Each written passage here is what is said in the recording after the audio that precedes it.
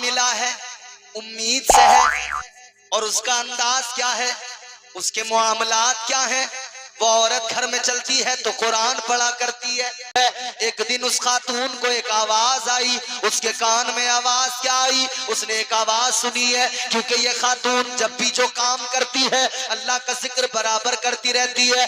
اس خاتون نے آگے دیکھا، کوئی نظر نہیں آیا، اس نے پیچھے نظر ڈالی، کوئی نظر نہیں آیا، دائیں بائیں دیکھا، کوئی ذکر کرنے والا نظر نہیں آیا، تو یہ خاتون حیران ہو گئی۔ جب اس نے آگے پیچھے دائیں بائیں چاروں طرف دیکھ لیا، کوئی نظر نہیں آیا، تو پھر اسے وہ آواز جب دوبارہ آئی تو پتہ لگا آواز باہر سے نہیں اندر سے آ رہی ہے، شکم کے اندر سے آواز آ رہی ہے۔ شکم میں ایک بچہ ہے اور وہ بچہ شکم کے اندر اللہ کا ذکر کر رہا ہے۔